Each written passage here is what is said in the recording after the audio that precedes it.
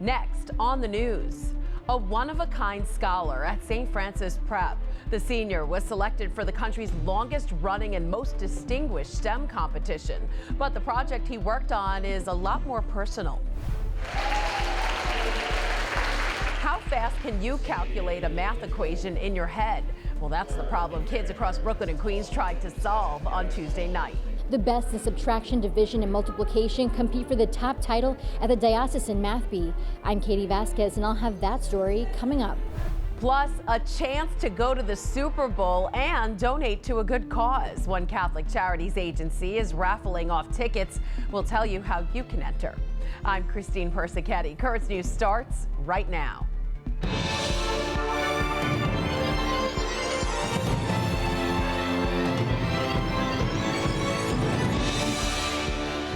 Diocese of Brooklyn schools are the best of the best. That isn't just an opinion, it's a proven fact, evidenced by high test scores, graduation rates, and college attendance. But the latest honor bestowed upon a St. Francis Prep senior is a big one for the Queens Catholic High School. He was in the running for the Regeneron Science Talent Search, a competition many have called the Junior Nobel Prize. And not only that, he was the only Catholic student in the city to do so. Currents News' Katie Vasquez tells us more from Fresh Meadows. Science has always been Juan Valenciana's favorite subject. I enjoy doing this and just finding something new, something that's never been done before. The senior transferred to St. Francis Prep from a public school for a higher quality education. It lacked a lot of opportunities, and I came to St. Francis Prep because of all the opportunities.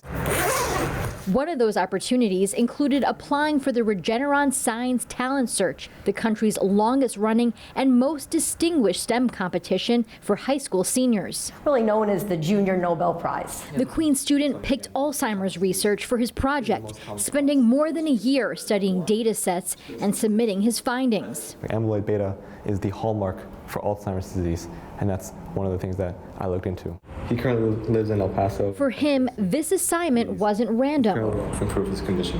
Juan's paternal grandfather, Alberto, suffers from the disease. And when I first started talking to him, it was like normal family topics. And then the next day, he's talking about the exact same topics. Like, it's almost like he's not forming any new memories. The most important finding. Setting Juan on a path to study Alzheimer's. I wanted to develop some solutions to maybe help him eventually one day. The St. Francis Prep senior didn't make it to the final round, but he still beat out 2,500 students from across the U.S. This year, we are the only Catholic school in all of New York City to have one.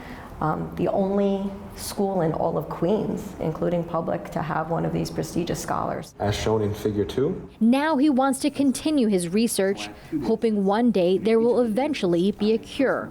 It really decreases the quality of life for both people that have Alzheimer's and people that have to take care of people that have Alzheimer's. They're caretakers.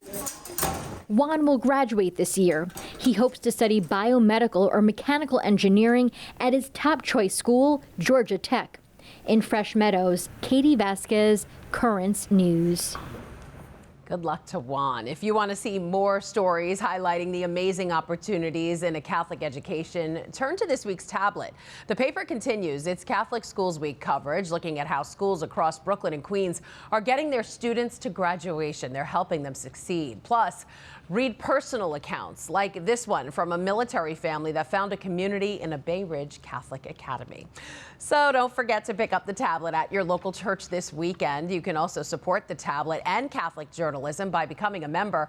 You can do so by going online to thetablet.org/become-a-member. Developing tonight, Pope Francis is praying for the victims of a school shooting in Sweden. At least 10 people are dead and several others wounded after a gunman opened fire on the campus of a school for adults in central Sweden. According to police, the gunman is also dead. Flags in Sweden flew at half-staff Wednesday, and flowers were placed outside in remembrance of the victims. In the wake of the shooting, Pope Francis expressed his condolences through a telegram to Sweden's prime minister.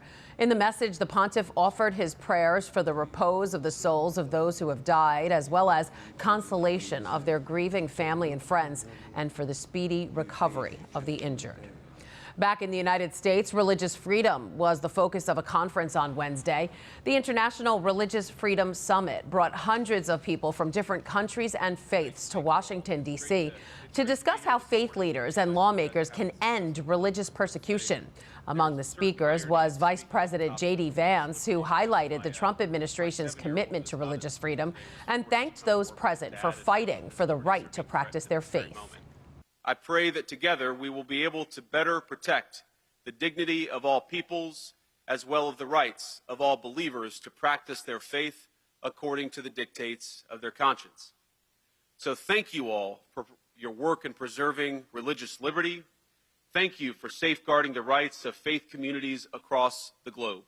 And thank you most of all for believing, because we know that the source of religious liberty is the recognition that all of us are equal under the rights and laws of God, and that principle will guide us in the years to come. According to the Pontifical Foundation Aid to the Church in Need, more than 360 million Christians live in places where they face high levels of persecution, which includes violence, imprisonment, and systemic discrimination. Turning now to a less serious mathematical problem. Do you think you can solve equations in your head in under a minute? Dozens of Catholic school students were challenged to do just that at the annual Diocesan Math Bee on Tuesday night. Currents News' Katie Vasquez was there in Gravesend and gives us the secret to the winner's success. These whiz kids walked into Our Lady of Grace Catholic Academy gym to cheers, ready to quickly crunch numbers and battle each other to be the math champion for the Diocese of Brooklyn. I'm very excited for the competition. I wasn't expecting to get past the school one. The 3rd, 4th, and 5th grades are the best from 28 different schools. And at the annual Diocesan Math Bee, they will be quizzed on everything from multiplication to division. In today's world, with it being so focused on finance and technology, math, I would argue, is the most important subject in school, right up there with ELA. After more than a dozen rounds, the 1st, 2nd, and 3rd place spots were announced. For some, the key to success was believing in themselves. I knew that confidence would get me more further. I thought I would get 1st place, but I didn't care. I just wanted a place. I just wanted a place at all. For others, hours of practice. It's like all the rounds up to round 15. My dad would ask me questions and I would try to answer them, and he would keep asking me until I get it wrong. But moderators say when you add it all up, these contestants are all winners, each getting their own trophy, certificate, and a sense of satisfaction that they are the best of the best. A lot of the adults here, myself included, say we wouldn't be able to do the math up there as fast as these kids do. So it's so impressive to see what our students are capable of. A separate competition for the 6th, 7th, and 8th graders of the diocese will be held in April. In Gravesend, Katie Vasquez, Currents News. And finally tonight, football fans around the country are excited for the Super Bowl this weekend. But for the mega fans who want to see it in person, you don't necessarily need a Hail Mary. Catholic Charities Kansas City-St. Joseph is selling $100 raffles, giving you the chance to win a once-in-a-lifetime experience, which includes 2 tickets to Super Bowl 59, 2 round-trip airline tickets from Kansas City to New Orleans, and a one-night luxury stay for 2 at the Mansion on Royal. The contest ends at 9 p.m. Eastern on Thursday, so to enter, just go to CatholicCharities-KCSJ.org.